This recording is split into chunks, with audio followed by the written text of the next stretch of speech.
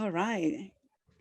Well, welcome everyone to our December WEAll Talk. This is the last one for 2021, and we are really, really grateful for having Justin Milano from abroad.io with us today, and for having you all attending this last 2021 WEAll Talk.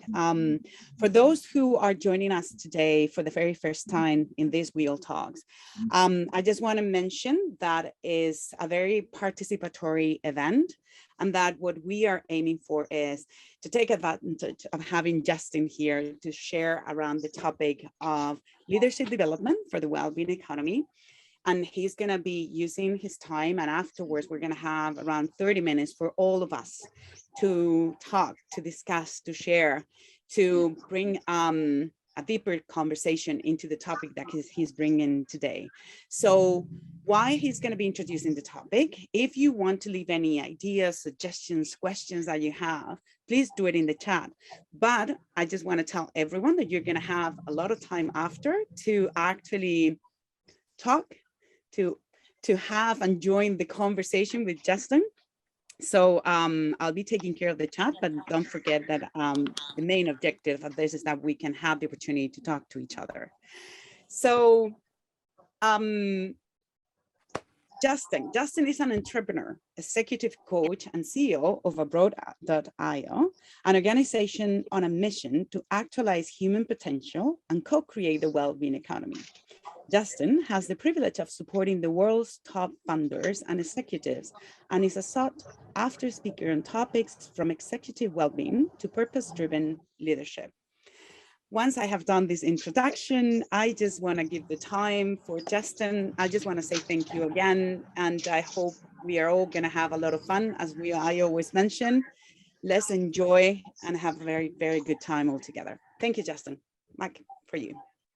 All right, thank you so much for that great introduction, Anna, and I'm so excited to be here. This is such an exciting moment in time where we truly have an opportunity. If I think about this organization and the well-being economy, this is really the time where we can step in and really change the course of humanity and the direction of how we think about, success and health and prosperity in the world. So thank you so much for having me here to speak about some of the work that we do and how we're contributing. And I look forward to learning about some of the things that you're all up to and how we might collaborate and form some meaningful friendships going forward.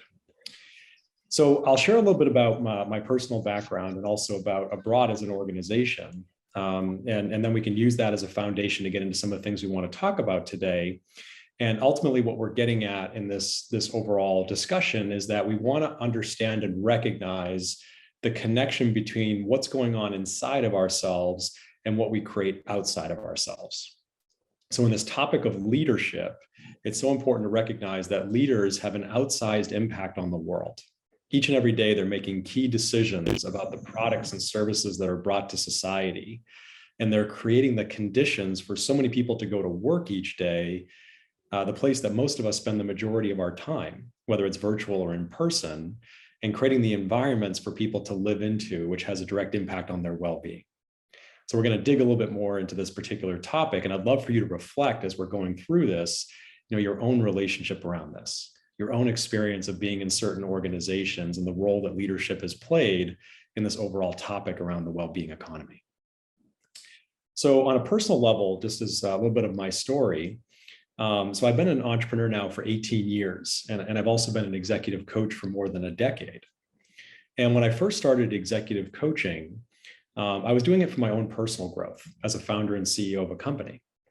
And I remember I started coaching for fun, and I started working with these founders, and they were all coming to me wanting support with things like fundraising and sales strategies and hiring, and all these things are fun. And I love those particular areas. Those practical areas of being a leader and running a business are very important. But I also quickly noticed that the majority of the issues that they were experiencing were really human-centered issues. So I could see how their stress and their anxiety and their burnout and their time starvation and breakdowns with colleagues and co-founders that they were working with, that all of these things were really preventing them from being able to realize their potential. And so it became really clear that this more holistic form of leadership development would be useful. But then also I went a little bit deeper than that. I was actually down in Ecuador on this amazing trip with all these executives, and we were deep in the rainforest. And I had this very clear insight, which was, as I was looking at all the issues that I was seeing with the clients I was serving, I could see that fundamentally at the core, one of the drivers of so much of the behavior was an unhealthy relationship with fear and anxiety. So just think about this for yourself. Oftentimes how we're afraid to feel sad, we're afraid to feel angry, we're afraid to have a courageous conversation, we're afraid of failing. If we think about our major systems in society, whether it's media or even the foundations of capitalism, so much is built on this mindset of scarcity. There's not enough to go around. We must compete and destroy each other and win at all costs. And all of these things, if you track them back to their source, you'll often find that there's an unhealthy relationship with fear and anxiety. And I remember being at a party in San Francisco, a party called Being Human, which is very much a type of party you would expect in a place like San Francisco. And I was sharing with somebody my vision of, hey, I really want to support humanity in transforming their relationship with fear and anxiety. And I remember someone said to me, hey, you should really meet that guy across the room. And that guy was a guy named Dr. Daniel Cordaro. And at the time he was finishing his PhD at UC Berkeley, and he was an emotion psychologist. And he was studying under people like Dr. Keltner and Paul Ekman, who's considered one of the grandfathers of emotional intelligence research. And Dan was actually planning on going over to do his postdoc at Yale, where he became the director of Wellbeing at the Yale Center for Emotional Intelligence. And I really appreciated how Dan and I had a really amazing connection, and we could see that there was a lot of work we were going to do together. And as a little bit of a understanding of where Dan is today, he actually runs a great organization called the Contentment Foundation, which supports the well-being of children in schools, recognizing the importance of that. So after I met Dan, one of the first things he asked me was, he said, hey, you know, I'm actually doing the largest cross-cultural study on human emotion. And so if we think about human emotion, it's universal, right? If you're in the rainforest of the Amazon, or if you're in the city of Paris, we can all recognize sadness and anger and those different facial expressions. It's one of the things that unites us as humanity, is this ability that we have these shared feelings, these emotions that help us interpret our reality and what's going on for us. But also the culture that we surround ourselves in also has a huge impact on our emotional experience. So for the last 10 years, I've been living in San Francisco, and in Silicon Valley. It was one of the first places I ever saw a venture capitalist express disappointment after they had a $3 billion exit of their company, because they were comparing it to WhatsApp being bought by Facebook for $18 billion.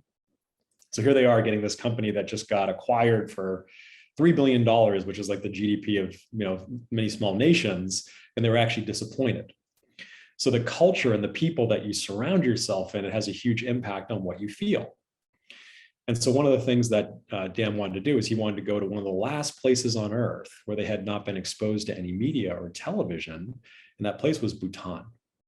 And I consider Bhutan to be one of the original well-being economies. It was one of the first nations that said, hey, you know what, yeah, it's important that we have some economic progress, but also what about the happiness and well-being of our people? So I really appreciated their king many years ago saying, hey, we want to focus on this thing called gross national happiness. And so anyway, so fast forward. So Dan went to Bhutan, met one of our partners named Dorji, who was the press secretary to the king of Bhutan. And as Dan was doing some research out there, they were doing a cluster analysis on emotions. And so they were the villagers were clustering emotions like anger and rage together, and fear and anxiety. And there was this one emotion that stood out by itself. And he went over to Dorji and said, what is that emotion? And Dorji said, well, it's changshe. And he said, what's the closest thing in the English language? And it was contentment. And so what Dorji offered was that for thousands of years in Bhutanese philosophy, in different wisdom cultures, this experience of contentment, which is this understanding that everything that is happening exactly as it should be. And that also we are fundamentally whole and complete just the way that we are, even in our messiness and even in our challenge. This is one of the highest states of awareness that we can live in. And many people, they actually get worried that if they feel content, they're not going to be motivated to take action and recognize their potential. But actually, after a bunch of research, it was found the exact opposite. then when you're in this place of a contented state of mind, you're actually more inspired to be of service to the world, and you're less interested in serving yourself or your ego and so forth. You really become filled with joy to be of service and impact to others. And so anyways, this became a big foundation of our work, which was, this recognition that when we feel well within ourselves, everything that we create outside of ourselves becomes a direct reflection of that state of internal well-being. And so we knew as we were going to bring some of this, this understanding and research to the world, we said, okay, let's bring the very best in emotion psychology and neuroscience and timeless wisdom from all these cultures around the world. And let's bring that to the world of business and entrepreneurship. We knew that was going to be a little bit of an uphill battle 6 years ago, and that we'd have to scientifically measure the impact of these things. So we built a psychometric assessment tool, and we went around, I think I did 40 public talks and workshops all around the world, where we would have people take our assessment and we would identify and highlight where they were challenged. And also, if they did some work with us, we'd be able to show over the course of time that we could meaningfully move the needle. And not only would it have an impact, on their state of well-being, but it would also help them show up better as a leader and build healthier organizations, and also be able to sustain through the normal ebbs and flows and ups and downs of running an organization. And so, long story short, after doing all of that, we didn't realize at the time, but we had generated the largest data set ever generated on how the well-being of leaders impacts their performance and leadership and their organizations. So we've conducted that research, and then over the last several years, it's been really extraordinary to see that from that, we've had the opportunity to work with organizations in the United States and Asia and New Zealand and Europe and so forth. And more, we're seeing people start to prioritize this type of development in leaders. And so what I'm going to share with you real quickly, this is something that was recent and we're very excited about. Let me see here. Let me get to share my screen. Okay. All it's giving me is a whiteboard.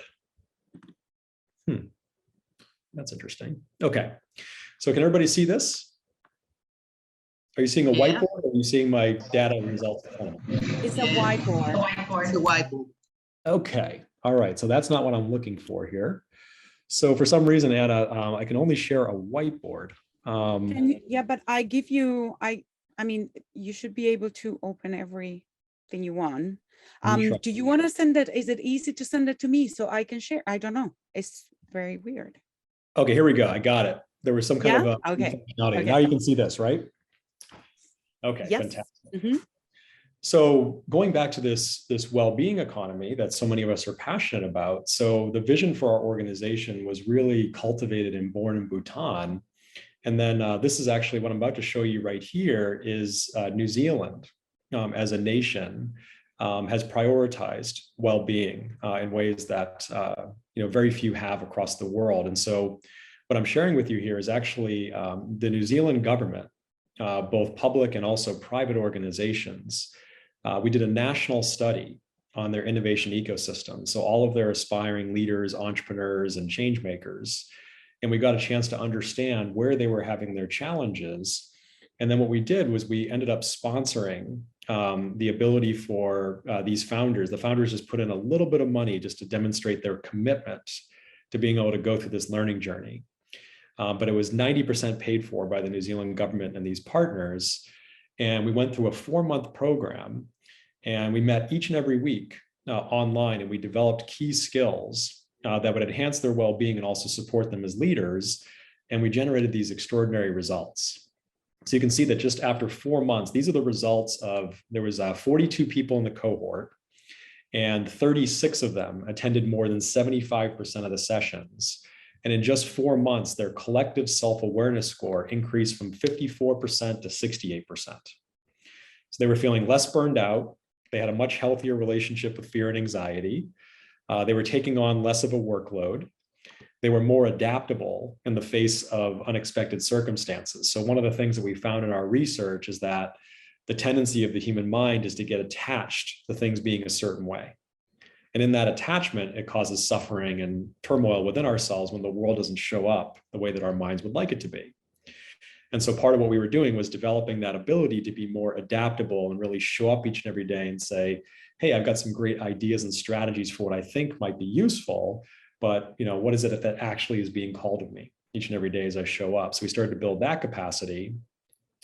And another interesting finding that we had in our global research is that whether you're an employee in an organization or a CEO of a multinational corporation, doesn't matter if you're from the US, if you're from New Zealand, Asia, whatever, our number one challenge and blind spot that reliably comes up is around self-beat up, being hard on ourselves for our mistakes and failures and setbacks.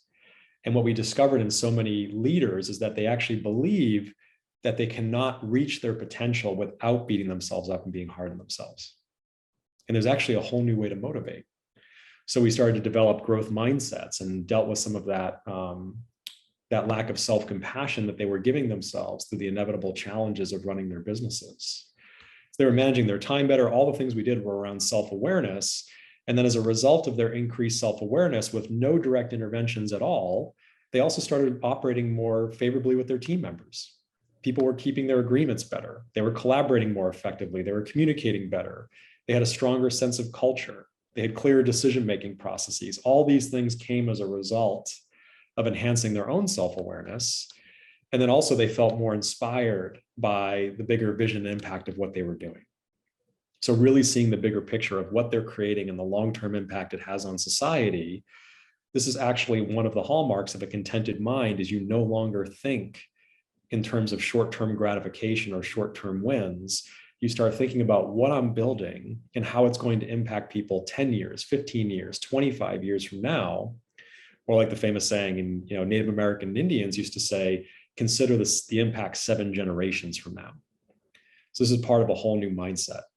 So anyways, I just want to share a little story about how we've done this. But the exciting thing now at this particular moment in time is that now that New Zealand has demonstrated this impact, we're so fortunate that the city of Chicago is now coming together to sponsor Black and Latino founders to build diverse, healthy innovation ecosystems and empower them with these skills as they start building organizations.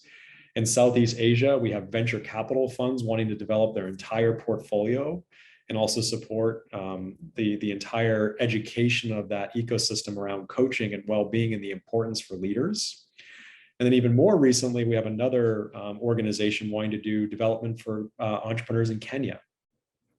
So these seeds are planting everywhere to help our future leaders really have the tools and the resources that they need to develop themselves. And then as a reflection of that, everything they create outside of themselves, we all benefit from that. So this is part of the overall offering that we want to dig into today and have some discussion around, is that importance of cultivating that high level of awareness and development within our leaders. And then as a result, being able to birth this well-being economy that so many of us are so passionate about. So I'll go ahead and stop there and we'll open it up to questions. Look at that, 20 minutes exactly, Anna. So just to get the conversation stirred. So one thing I'd like to first time. Sorry, Justin. I think this is the first time that it has happened. You're like, well done.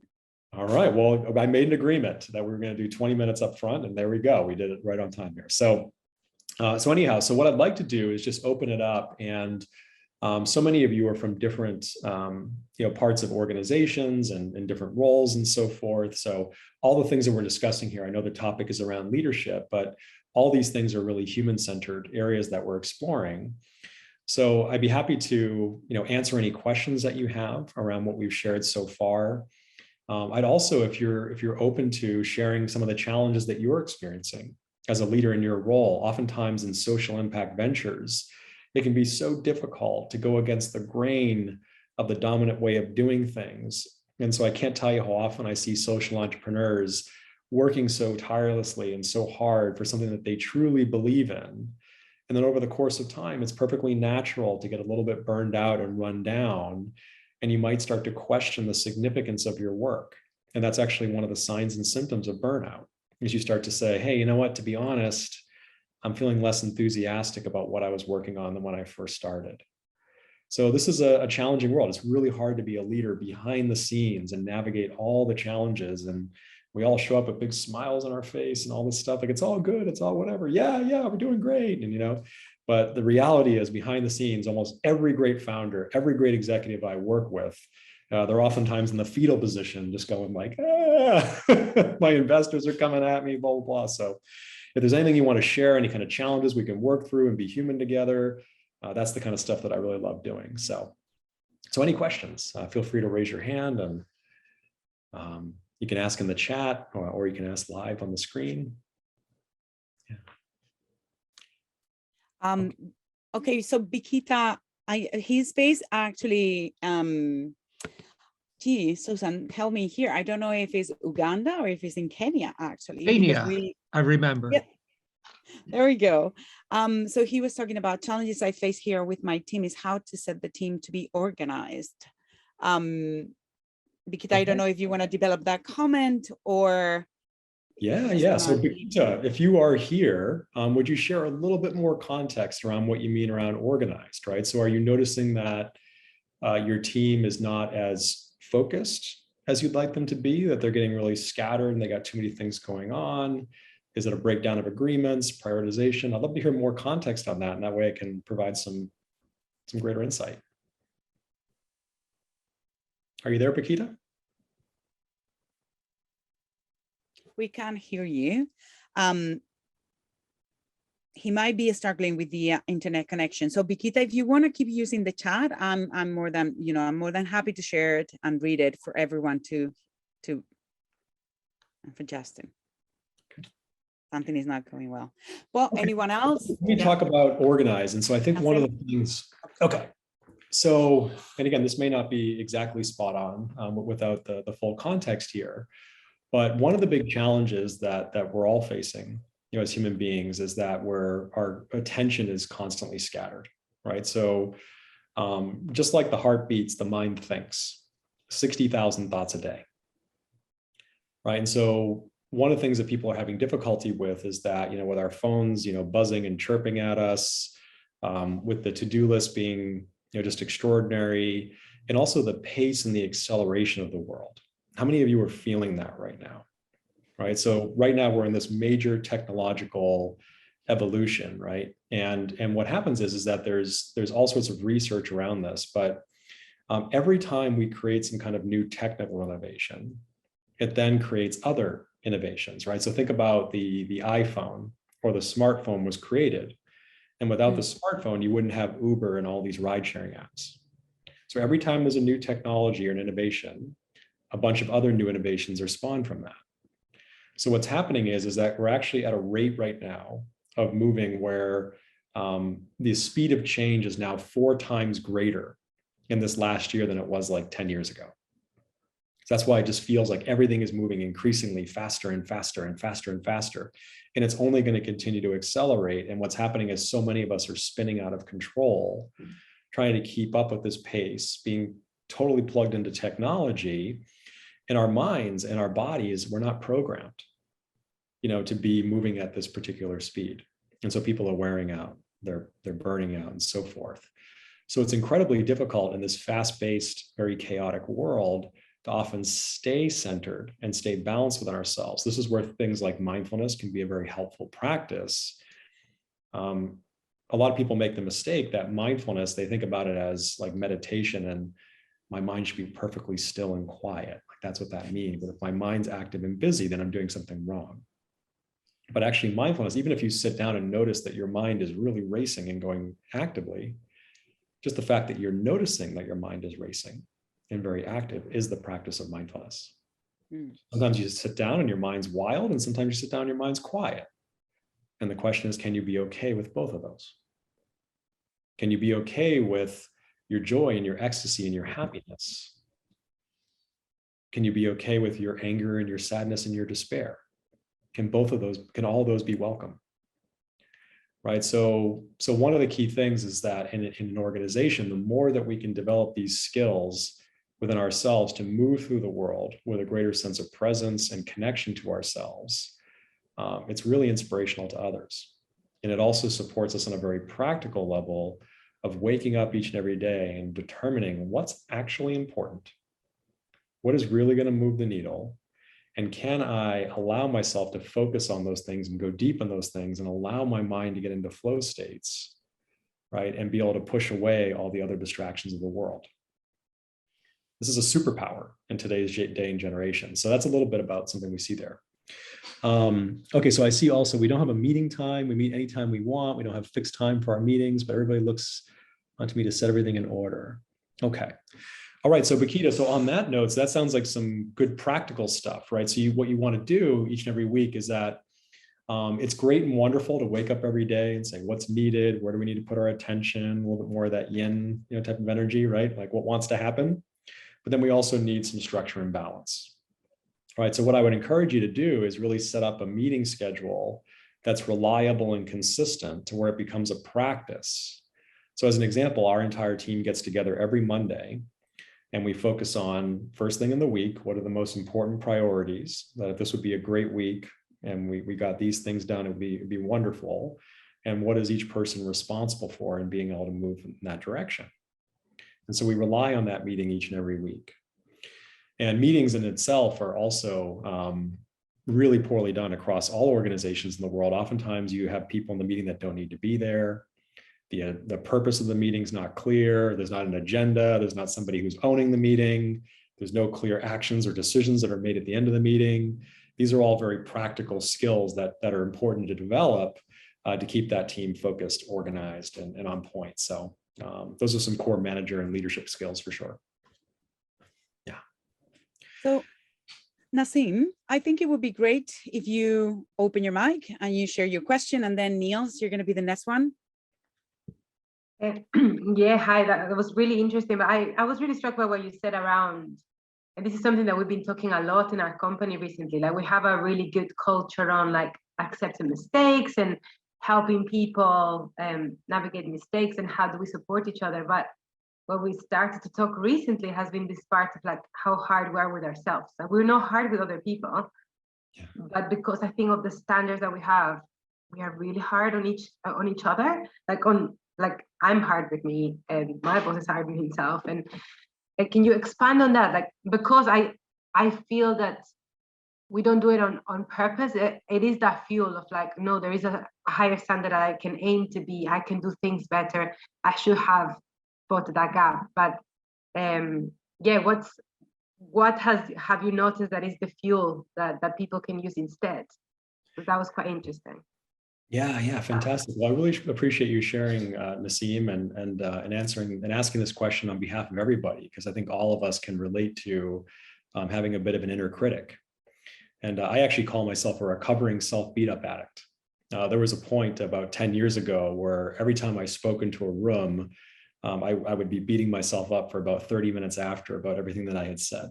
And now I basically spend most of my time speaking into rooms, facilitating, trainings, workshops, and so forth. So it took a while to really get curious about this inner critic and really befriend it in certain ways. Now, the first thing to understand about the inner critic is that this is something that's really built into the human mind, right? So the human mind, looks out into the world and says, okay, that's a tree, that's a picture frame, that's a microphone, right? It looks at things and it likes to judge and objectify and say, that's what this thing is, right? That's what the mind likes to do. And then the mind also has a negativity bias, right? So if you scan your body with your awareness, oftentimes your awareness will go toward, oh, I got a little pain in my knee, or, oh, my back's hurting, right? And so it kind of goes to the place that needs that attention. It's not paying attention to the trillions of things that are going right to give yourself this experience of life and all this incredible stuff that's happening all around us. So the mind has that programmed in. So what we do is we the same way we look out in the world and we objectify things, we look at ourselves and we have that same judgment and that same objectification. And we live in a culture and a society that glorifies success on the highest levels and personalizes failure. So as much as people and organizations say things like, no, we want to fail fast, fail often, fail cheap. Like if we don't allow failure, we can't innovate, right? You can say all of that, but the question is, are you living that, right? And is it actually okay to fail or make a mistake? So the inner critic is very sneaky, right? There's a very important difference between, for example, you look at somebody else and the inner critic likes to compare yourself to them and say, am I as good as them? Am I as successful as them? That's more inner critic. Versus it's perfectly well and okay to have a wish and to have a desire and an intention and an inspiration to want to reach your potential and be of great service to others and offer your greatest gifts to the world. So there's a discernment there between what it is that I want and I want to generate in my life versus the way the inner critic comes at it like, oh, you're not there yet. Or look at this person, they're already doing it. So it finds all sorts of sneaky ways to get in there and just kind of pick away at you a bit. And so the thing is not to make it wrong, not to say, hey, you know what, you need to go away. I wish you would never be here for the rest of my life, but rather to start paying attention to it, getting curious about it. Who does this voice remind me of? Well, it sounds a lot like one of my parents. Oh yeah, so they were kind of always hard on me and blah, blah, blah, blah, blah. And boy, they were also really hard on themselves. As you get curious about it. And sometimes that inner critic too is also there to keep you safe. Sometimes you're afraid of making that big leap into the next potential and really stepping out in the world and offering your gifts. And that's actually one way that you found to keep yourself in a place that's a little bit more safe and comfortable, that's more familiar. So it's different for everybody. It's unique to you. But the ability to be aware of it and recognize that it is playing a role and to get curious about it and start to notice just by becoming friends with it and allowing it and not making it wrong and starting to change your relationship with it, over time, you'll start to notice some meaningful shifts. And so when I talk about new ways to motivate, when you're motivating to prove yourself, that's more of an egoic, fear-based type of motivation. So you're operating in more of the limbic part of your brain. When you're operating to be of pure service to others, right? And so in wisdom traditions, they talk about concepts of selfless service and philanthropy or the great giveaway, whatever you want to call it. But some of the great sages and masters, what they do is they selflessly devote themselves to be of service and impact to others. And they let go of any attachment for how it needs to come back to them or how it needs to land or how it should be. And when you're in that place, interestingly, you're in this part of the brain that's the same place that you're operating in when you're in a state of mindfulness. So this notion of selfless service and offering yourself without attachment to how it has to come back to you is this incredible way to motivate where you're actually going to experience a walking form of mindfulness and well-being each and every day. There's a lot of neuroscience that's catching up to those ancient principles and understandings. So this is a huge topic. There is so much to unpack from understanding why this happens for all of us. It's very deeply personal, the journey of how it shows up for us. But with a little bit of time and attention over the course of time, as you start to change your relationship with it, it can open up extraordinary amounts of creativity and joy and impact. So it's a very worthwhile endeavor. So thank you for asking that question. Thank you for allowing me to dig deep into that. Thank you. Thank you, Justin. Niels, you're still here. So please open your mic. Sure. I thought you were going to leave so soon. No. I'll be here the entire hour. No worries. Hi, Justin. Yeah, thank you so much for your talk so far. It's been really interesting, and I think there's a lot of overlap between Abroad, your organization, and Masao, which is the emerging mental wellness impact fund that we're setting up, that I'm part of, and we, through like a nurture capital approach, we focus on organizational health as well as founder well-being. So I'd be happy to also to continue the conversation also with some of our founders.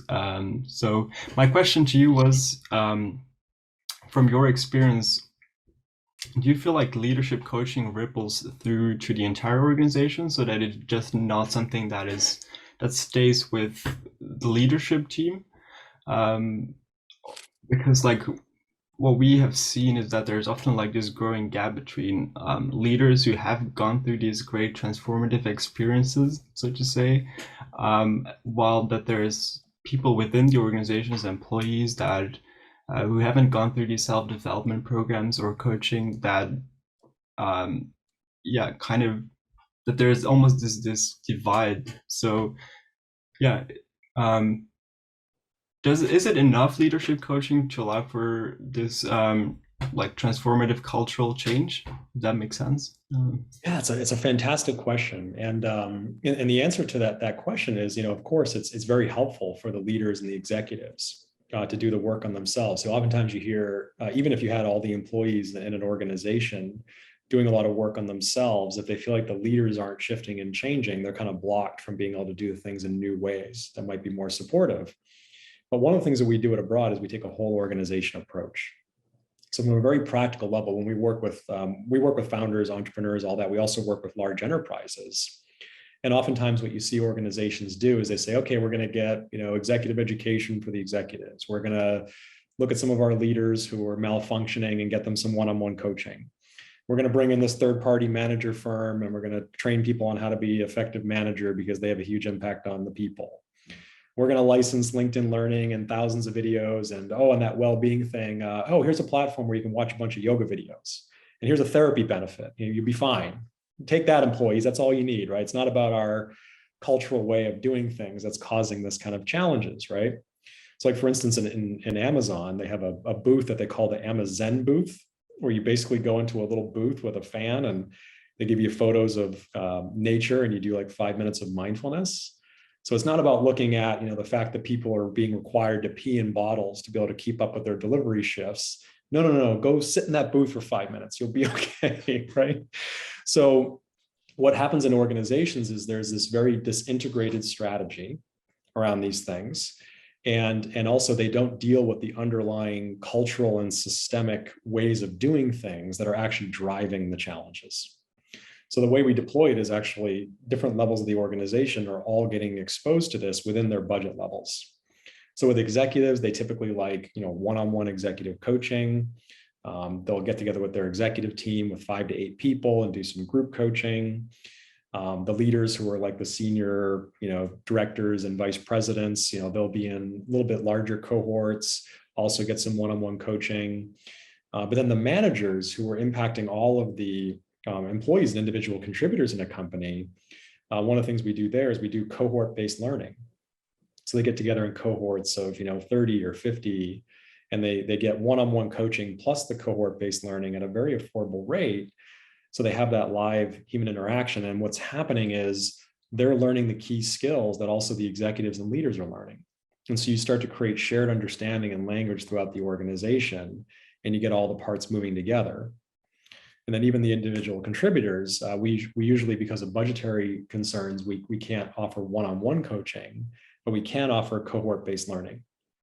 And in today's day and age, people are desperate for opportunities to come together to not just focus on what they're working on, but how they're working on it. And that live interaction with a facilitator and going through a journey together as a team and as human beings to learn key skills together and learn from each other, that can be really powerful. So long story short, it's really important to build an integrated strategy where all the pieces of the organization connect together, and the organizations that can do that can create that culture change and really start to demonstrate for all of us what that modern workplace that prioritizes purpose and well-being and impact and psychological safety. Those are the things that we're wanting to define as the future of the workplace. And it's very exciting. And this is the time to do it. We're right there. So anybody that's interested in that, please reach out. We can talk about it all day. Thank you, Justin. Declan, open your mic. Yeah. Hi, Justin. Thanks for your presentation. I have a bit of a different background, and sometimes I feel as if the focus of well-being is too individualistic. So I come from a trade union background and basically foreground collectivity and the way in which collective power can influence the workplace. And, I just wondered what your take was on that, because whenever there's too much of a focus on individualism, it becomes reinforcing of the dominant structures and inequalities that exist. And, I just think that within the well-being community, too much focus on entrepreneurial activities can be problematic. Yeah. Well, so this is so important, right? And yeah, when it comes to addressing well-being, whether that's in an organization, whether that's societal and so forth, I also believe that there's too much emphasis placed on let's develop people individually, and then as a result, we'll achieve those goals, right? So I can tell you in organizations, what happens is that a lot of organizations will invest in people's individual coaching with the assumption that they'll then become better teams. And I've seen situations where, organizations have gone off and spent hundreds of thousands of dollars on consultants and all these things to hire the best possible A team you could ever imagine. They come together and they're completely dysfunctional. So the thing is, it's about the balance. It's about, we need our individual focus and attention to work through the things that we need and are important to us. But we also need to come together and pay attention to those group and those team dynamics. And this is one of the things I love about the Wellbeing Economy Alliance, is that you're bringing together different people from diverse backgrounds, different governments working together, sharing ideas, thinking about how we can actually build and design new systems and ways of operating that can build and birth the future that we're looking for. So I'm not sure if I totally answered your question there, but absolutely, you need to balance both the individual development along with the team, the organizational, the collective development as well. And another thing I want to bring up just around this collective piece, and speaking about this right now, one of our senior partners, our chief mental health officer, she's one of the top experts in the world on trauma. And this is really cutting edge in organizations, is trauma-informed leadership.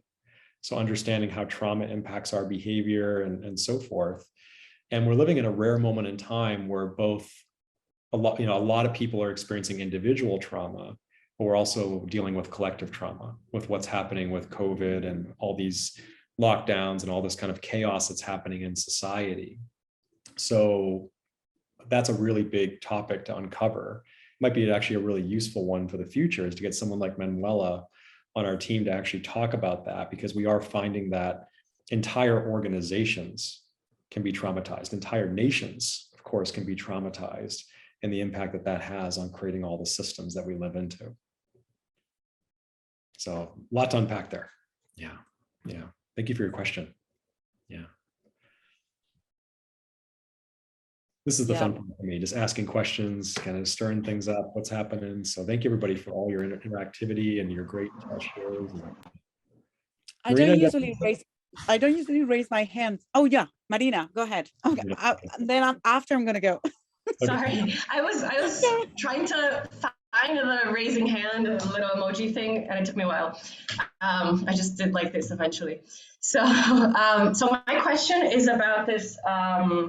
Your thoughts on the interaction of, or the impact, I guess, of social media on what we perceive as like leadership success, and how that's been reshaping, I guess, some of our practices, as in like, if it's not on social media, then it didn't happen kind of thing, and how that's impacting our behaviors in organizations. And I asked that. I've been working in communications for a while already, and I've even gone through phases where like I cannot even get into social media anymore. Like, this is just a crazy environment, and people are not like they are in person at all. And it's a very toxic environment sometimes, even if you have like great exposure and things like that. Like it's also a place that is very violent to a lot of people. And so I was wondering how that's been impacting leadership development and these sorts of anxieties and fears and et cetera, especially now post-COVID, during COVID, where we're very much like operating in a digital world. And so, I don't know, I think reality might get a bit kind of blurred. Yeah. Well, I really appreciate you asking about that, Marina. And actually, if you haven't become aware of Tristan Harris and the work at the Center for Humane Technology, I would highly recommend that you check that out. So Tristan's actually a friend, and one of the things that he was a Google design ethicist. And so he was witnessing and watching Silicon Valley and social media and all the things that they were using. And he really frames the term as attention economy. So like all of these systems and tools. So he's actually the redheaded guy that you see featured on the movie, The Social Dilemma, that was on Netflix. It was watched by like 200 million people in 3 months. And so there's, there we go. Someone just put it in the chat, The Social Dilemma. So I highly recommend you watch that and understand the role that social media is playing in shaping our society. And this does come back to leadership, Marina, which is so important. So again, if you look at the social media platforms, the goal is that the more intention that you get from the users on the platform, the more that you're able to then serve up ads and generate money and so forth, right? So the primary goal of all these product developers was, okay, how do we grab that attention? Like, how do we give them this push notification? How do we get them excited by the photo that so-and-so posted to keep bringing their attention back, keep bringing their attention back? And that's how the whole platform was developed. So this is where you really need that mindful, conscious leadership in today's world. I remember when we were posed with, in our assessment tool, which, by the way, I can paste a link and you can take the assessment that we use for our global research. I remember with our assessment tool, I can't tell you how many times people have come to me, either individuals or teams, and the first question they ask is, how do we compare?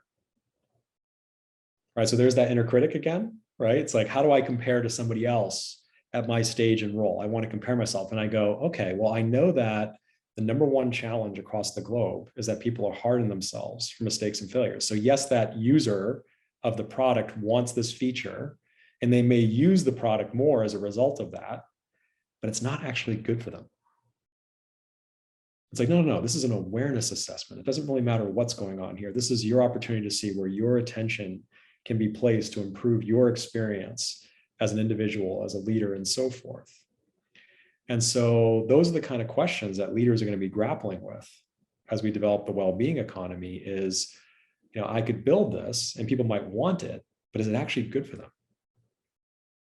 And am I willing to put aside all the revenue and the profit and the blah, blah, blah that comes from giving people more of what their addiction needs to do what's actually right? That's a really hard question for executives that are under constant pressure from their venture capitalists, from their public investors, blah, blah, to just keep growing infinitely and perpetually. And if something doesn't grow fast enough, they're gone. It's a really tough place. So this is what, with all the leaders I work with, I watch those pressures and I look at things like the venture capital model. Looks like some, Neil, as you're mentioning how you have a new impact fund. This is really difficult to go out and raise money from investors and say, we're going to get you a return in 3 to 5 years or 5 to 7 years. There's actually a game and a model that drives leaders to the brink of exhaustion and destruction to achieve certain financial returns. And we have to change that. But then even the most well-intentioned investors that are socially minded, it's really hard for them not to put their money into that quick, pure technology platform that scales like a hockey stick and makes them tons of money versus actually investing in that social impact startup or organization that can generate good long-term stuff and is doing things the right way. So there's a whole complicated web here. Where's the money coming from? What is the philosophies that the leaders are putting in place? Can we support that? Can we measure the impact of things beyond profit? I've seen people, a brilliant blockchain entrepreneur in South Korea, highlighting how our medical system, gives us subscription drugs that take care of the symptoms, because from a business model standpoint, you invest in the drug and you want to get good monthly recurring, annual recurring revenue as long as you possibly can to increase the lifetime value of the customer. We don't want you to be healthy and well, because then you're no longer going to buy this.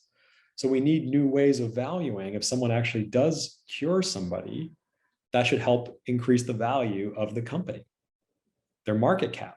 That should be part of the equation of how valuable that company is if what they're doing is actually good for people. So there's a lot for us to unpack here. And it all comes down to the consciousness of the leaders who are driving the organization and being willing and courageous enough to meet with their investors who are funding them and fueling them, and to hold that place of integrity. Really hard to do. Really hard to do. But we can do it. Thank you for adding that last sentence.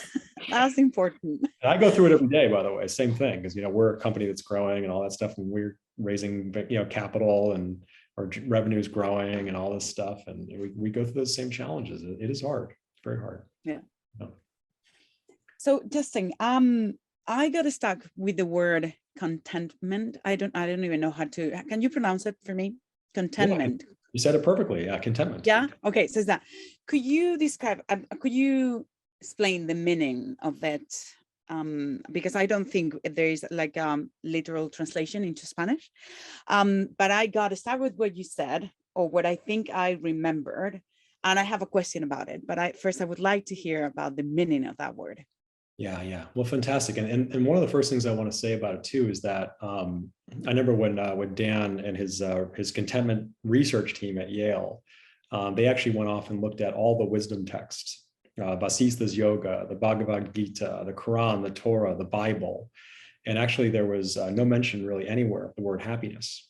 And in the modern world, happiness is in 30,000 titles of books. But actually it was this version of contentment, and there's different, it's called different things in different texts, you know, santosha in Hindu and so forth. But this variation of this word contentment really showed up as this reliable state of sustainable well-being. And basically what it is at the most fundamental level is that you don't have to require the world outside of you to be any certain way for you to feel good and well. There is this place within us that we can always just turn our attention inward. And there is this place of stillness and peace within us, no matter what's going on outside of us. So the question is, you know, can we be okay with, okay, my business is doing great, it's making lots of money, and oh, people really love what we're doing, and people love me, and people love my talks and all that stuff. And then, you know, how do I navigate that? But also, how do I navigate, I'm going through a really tough time right now. Like, life's really putting me through it. I'm not sure where to go. I feel like I don't have a sense of purpose, right? I'm feeling sad, I'm feeling in despair, right? So the question is, how are you relating to the world outside of you? So if you're waiting for the world to get less chaotic, you're going to be waiting a really long time. The thing that we have in our power is, how are we relating to the world outside of us? And this is one of the great secrets, is that the world is always going to be full of joy and beauty and wonderful things. And it's also going to be full of suffering and challenge. And oftentimes that suffering and that challenge is the catalyst for the changes and shifts that we need to see. As human beings, we sometimes need that suffering as part of our course correction. So the question is, how do you relate to everything? How are you relating to your quote unquote negative emotions, right? Because they're not really negative, they're just data, they're just information. So contentment at a very fundamental way is that everything that is happening is absolutely the way that it should be. The quickest way to make yourself crazy is to think you're having the wrong experience. And then also, can I see that I'm also fundamentally whole and complete just the way that I am? If I no longer needed to be more, do more, and have more, and I was perfectly fine and well just the way that I am, now what? What would I show up and create from that state of completeness within myself? That's where we get to offer our greatest gifts to the world, and we let go of all those other things. So anyways, that's a quick thing, but it's a very deep philosophical subject that requires a lot. Yeah. So my question is a very simple one with everything that you have said. And I think now I know why I got stuck in that. Is it possible that contentment, oh God, I don't know why I struggle with that word, comes and goes? Like, because there's this phases where you feel that you are in that space, and some others where, oh my God, where is that to be found? So is it normal that we go closer to that that stage, or that we're far from? I guess that is human, right? That is human, yeah. So that it's perfectly not. So sometimes, so we forget, we remember, we forget, we remember, right? So you get really caught up in the day-to-day, you know, intensity of life, and you get kind of lost on it. And then you turn around and go, oh yeah, I forgot. Like, you know, yeah, you come back to yourself, and oh yeah, and so forth. And like, and again, can you be okay with, hey, I got lost there for a little bit. I got kind of spun out of control, and that's okay too. You know, that's part of this. And so what I find is that the more opportunities, whether that's through meditation, whether that's through surrounding yourself in wonderful community, whether that's being around people that really bring up your energy and your vibration, whatever it is, whatever kind of practice, being out in nature each and every day, whatever kind of things can bring you back to that connection with yourself and connection with everything, and that state of internal well-being and peace within, whatever that is for you, the more that you keep practicing that and cultivating that, it slowly over time becomes more of your dominant state of being. And then people, they just want to be around you because like there's something different about this human being. Everybody else is, you know, on the leash of the mind, and this person seems like they're, yeah. And even that person can still completely flow out of control and need support and be messy, and that's human too. But the more that we anchor that over and over again, that could be a very worthwhile quest for us as human beings. Well, believe it or not, we are almost, yes, Lillian, I agree with that heart completely, 100%. But we're almost done. There are just a few minutes. Justin, I don't know if you would like to add anything. If anyone has a question or a comment that has not mentioned, share here. Please, is the time to do it. I noticed that Niels have added something in the chat. Just as eco-anxiety can inspire active imagination and climate action, it doesn't have to turn into despair. It's about cultivating resilience and psychological flexibility through a strong support system. Yeah, well, on the note of anxiety, so this is one thing I'll leave you with, which is a lot of us are experiencing anxiety. And if you are, it's okay. Right. So interestingly, and they've talked about this in ancient philosophy for thousands of years, fear and desire are two sides of the same coin. It's like the stronger your desire to live, the stronger your fear of death. The stronger your desire to succeed, the stronger your fear of failure. The stronger that you love that human being, you're infatuated with that new partner that you want to be with, the stronger your fear you're going to lose them. They can't exist without each other, right? So oftentimes your anxiety and your fear is oftentimes just a reflection of some beautiful desire that you have for what you want to see in the world. And so if right now you're experiencing some eco-anxiety, that's perfectly normal. We have this absolutely extraordinary, beautiful natural world. And there's a lot for us to pay attention to. And it is our anxiety that is on our advisory board 24 hours a day, alerting us when our attention is needed to something. And so the key thing is to see that anxiety as our friend and our ally, not as our nemesis that we want to get rid of or, sweep under the rug, but actually listen to it and say, it's giving us good wisdom on what's going on. So a lot of us are experiencing a lot more anxiety because we're aware that some major shifts and changes are going to need to be made if we're going to be good and well as a society, and we're going to coexist with the natural world, other species, blah, blah. It's just more aware and heightened in certain people. And those of us that are really empathetic, it can be overly intense at times. So just know that if you're experiencing it, there's nothing wrong with you. And it's actually just a signal that you're feeling something that needs attention. And that can be a very beautiful thing. But also to make sure that you feel supported by others and you get the right support systems around you as you navigate that. So the question is, are you willing to allow yourself to be supported as you embark on this journey of bringing your greatest leadership and courage to the world to help co-create this well-being economy that wants to come through, but man, you're going against some major systems and a lot of people that don't want it to change. There's going to be some resistance. So true. Yeah. So anyway, there are a few. There are just a few there. Yeah. But Declan, I think he wants to add something to this conversation. Please go ahead.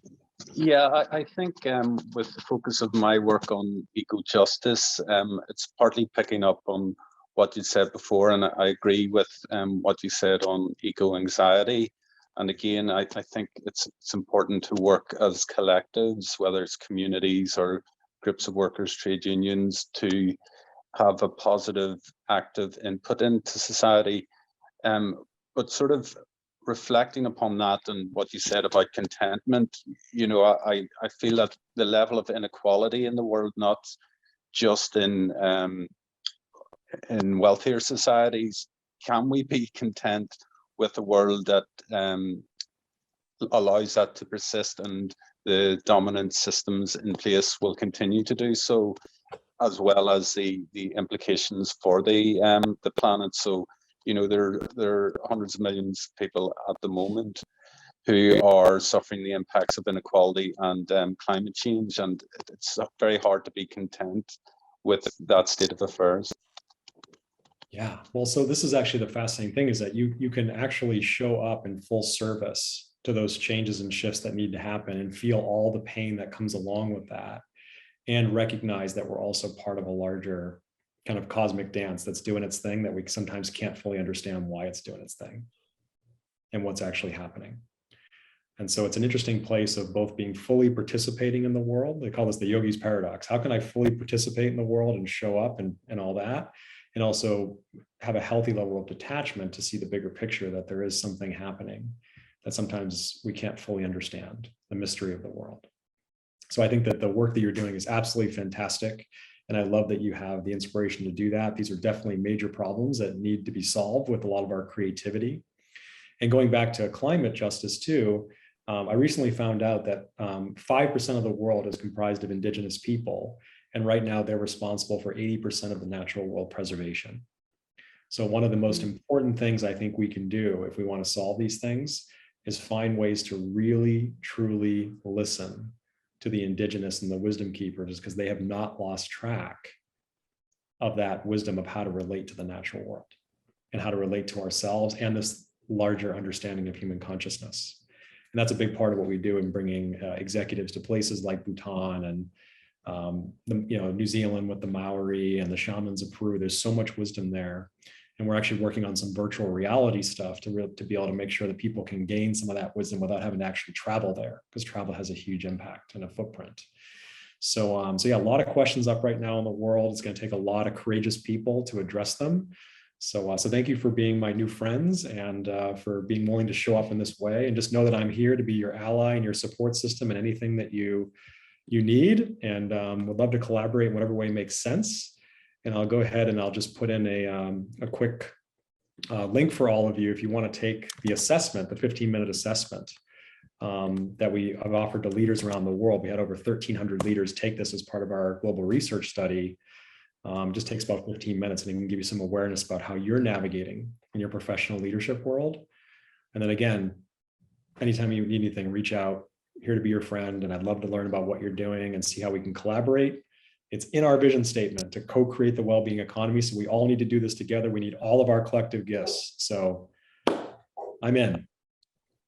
Nice to meet you all. Justin, thank you. Thank you so much. There are so many thank you messages on the chat for you. I cannot think of anything more appropriate and better to wrap up this 2021 year of so many experiences, so many knowledges change on all these WEAll talks, but finalizing this year, talking about human emotions, talking about mindfulness, talking about how we can be better leaders, how we can put the focus on what it really matters if we want to move forward towards a well-being economy. I cannot think of anything better than this. So I am tremendously grateful for this time that you have given us, for the conversation. And for everyone, thank you for participating in this WEAll talk. I'm so looking forward to 2022 and what is ahead of us. And the important thing is that we are going to be together and that we are going to be keeping doing and creating these spaces for having the opportunity to learn and learn from each other. So thank you, everyone. This is the end of the WEAll talk in December. Thank you. And I hope everyone enjoys a wonderful time with family, with friends. As Justin was saying, surround yourself of all those incredible people that are going to bring a lot of energy to you. And yeah, thank you.